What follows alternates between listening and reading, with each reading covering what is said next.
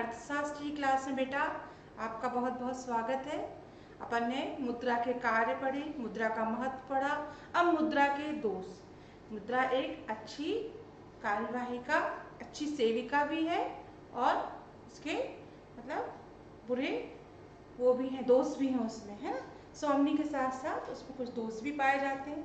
तो मुद्रा के दोष पढ़ेंगे बेटा अपन।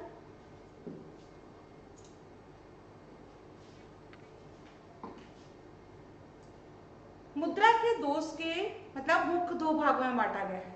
जो मुद्रा के दोष हैं, तो पूछा जाता है बेटा मुद्रा के दोष लिखिए, तो आप लिखोगे मुद्रा के दोष में दो भागों में क्या किया गया है, बांटा गया है। ये दो भागों में इसको बांटा जा सकता है।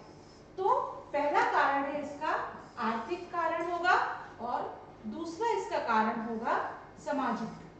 तो मुद्रा के दो कार्य है, पहला आर्थिक कार्य, आर्थिक दोष और दूसरा समाज। तो आर्थिक दोष के अंतर्गत आएगा बेटा मुद्रा के प्रमुख आर्थिक दोष निम्नलिखित हैं, जिसे कि आप व्यापार चक्रों में, व्यापार चक्रों का जन्म, मतलब आपको ये एक पॉइंट है बेटा। मुद्रा के दो दोष होते हैं बच्चों, आर्थिक दोष और सामाजिक दोष।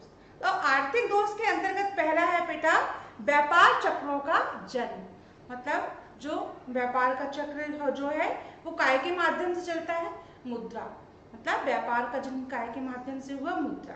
अर्थव्यवस्था में मतलब जो तेजी आती है, मंदी आती है, उसके लिए मतलब इसके परिणाम स्वरूप इसको ये जो है आर्थिक दोष, मतलब जो अगर मुद्रा की कमी होगी तो कौन सी स्थिति उत्पन्न होगी, मुद्रास्फीति की स्थिति उत्पन्न होगी और लोगों में क्या होगा, मतलब जब मुद्रा की कमी होगी तो लोग क्या होंगे, बेरोजगार हो जाएंगे।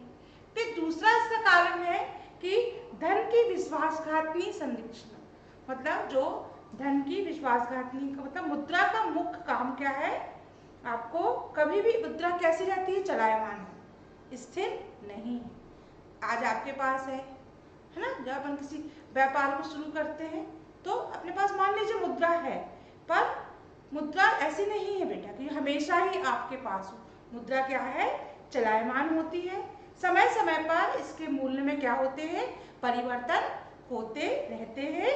और परिवर्तन का मुख्य कारण क्या है, सरकार द्वारा अत्यधिक मतलब जो कर होते हैं ये सब अपन देते हैं। पत्र मुद्रा का भी इसमें क्या करते हैं, अपन प्रयोग करते हैं।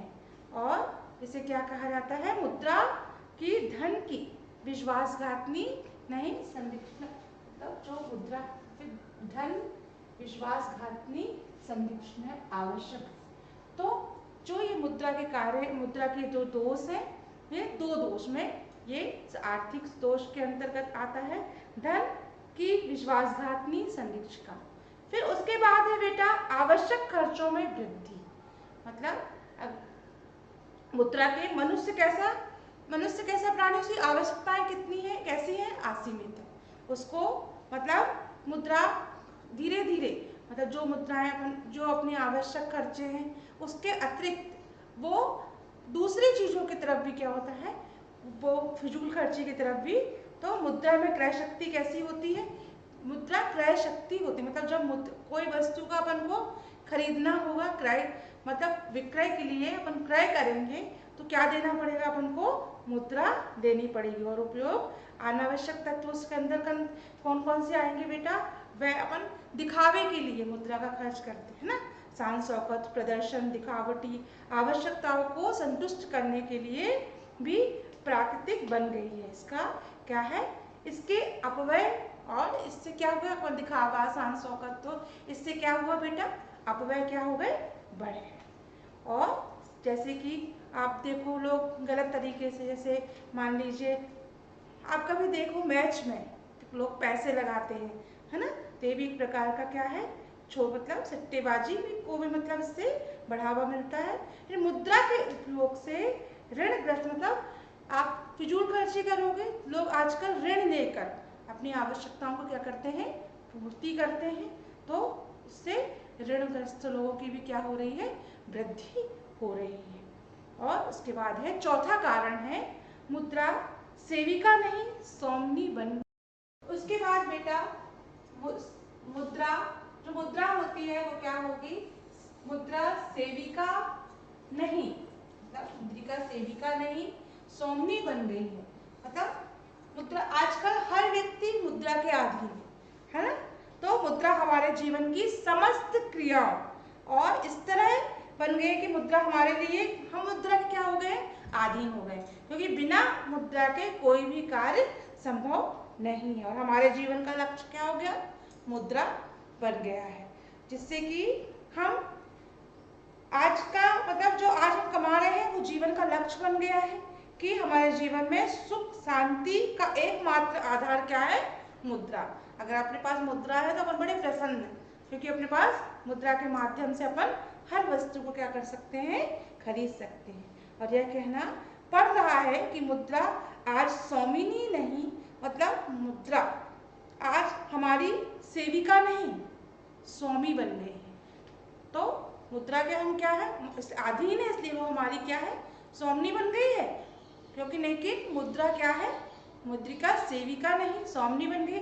एक प्रश्न है बेटा, ये आता है कि मुद्रा सेविका नहीं स्वामिनी बन गई है, स्पष्ट कीजिए। तो उसमें ये मतलब ये वाले पॉइंट का आपको पूरा विवरण लिखना पड़ेगा कि हम मुद्रा के मतलब मुद्रा हमारी सेविका ना होकर स्वामिनी है कैसे। तो एकमात्र आधार आज का क्या है? मुद्रा है, और मुद्रा आज हमारी क्या है? स्वामिनी हो गई है। और एक साधन नहीं, किंतु आज मुद्रा कमाना हमारे जीवन का क्या है?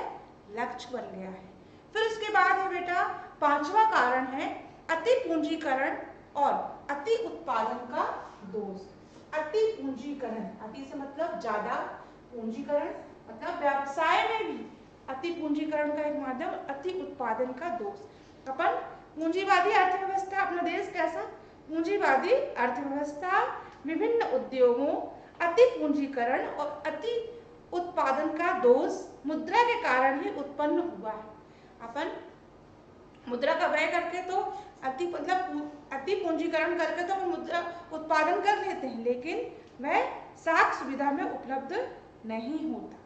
फिर क्या इसका कारण है? कुछ लोग उद्योगों में पूंजी का विनियोग आवश्यकता से अधिक हो जाता है।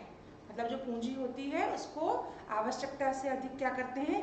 व्यय कर देते हैं, और पूंजीगत लाभ को अधिक करने के उद्देश्य से अति उत्पादन कर बैठते हैं, और अर्थव्यवस्था में अति उत्पादन, समस्त उत्पादन अर्थव्यवस्था को क्या करते हैं? ये मतलब अनिश्चितता की स्थिति उत्पन्न हो जाती है, और अति पूंजीकरण व अति उत्पादन के कारण मुद्रा, इसका मुख्य कारण कौन है?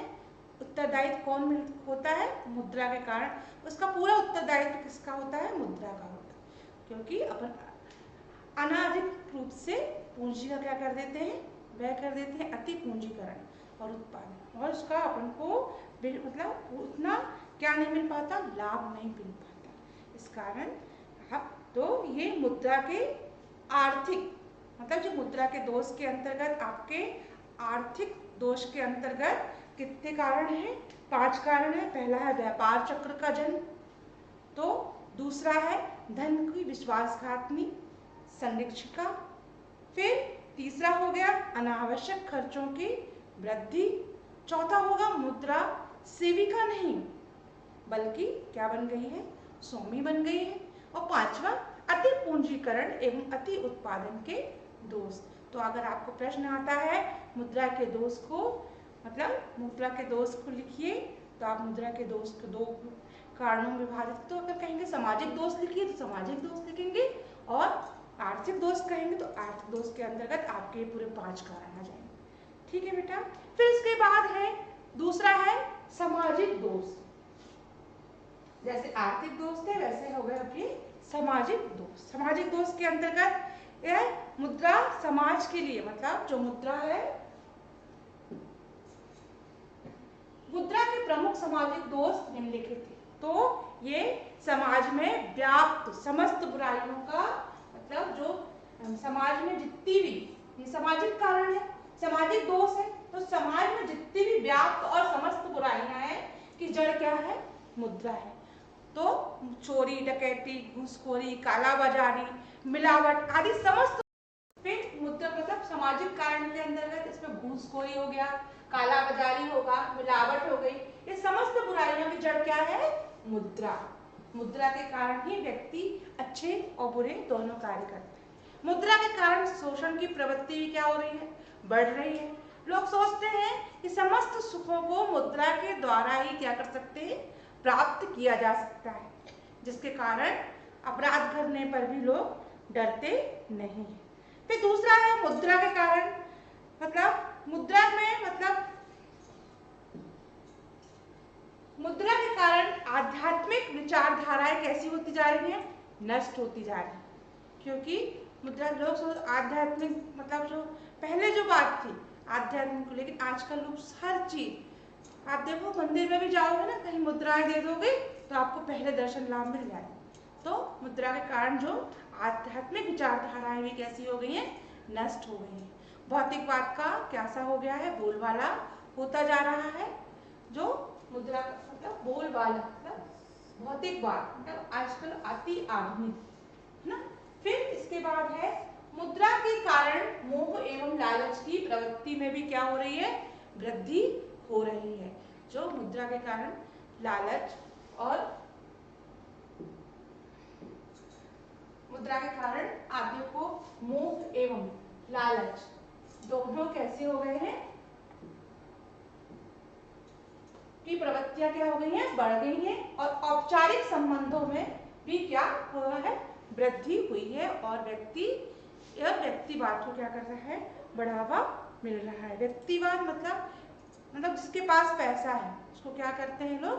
बढ़ावा देते हैं। उसके बाद है बेटा, इस प्रकार मुद्रा के उपयुक्त दोषों के आधार पर मतलब कुछ विद्वानों ने मुद्रा को समाप्त कर देना, मतलब मुद्रा को क्या कर देना चाहिए? खत्म कर मतलब समाप्त कर देना चाहिए। तो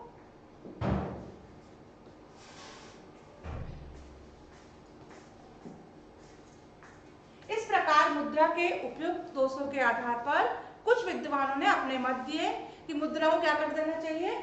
समाप्त कर, मुद्रा को समाप्त कर दिया जाना चाहिए। परंतु यह गंभीरता पूर्वक, इसे गंभीरता पूर्वक अगर सोचे विचार करें कि करके देखें कि हमें क्या पाएंगे कि हम मतलब मुद्रा के ना होने पर हमारी मनोवृत्ति कैसी हो जाएगी। क्योंकि मुद्रा के बिना आजकल कोई भी चीज संभव नहीं है। तो मुद्रा के ना होने पर हमारी मनोवृत्ति कैसी हो जाएगी? समस्त दोष मुद्रा के अनुसूचित एवं व्यवस्थित उपयोग के कारण लिए गए।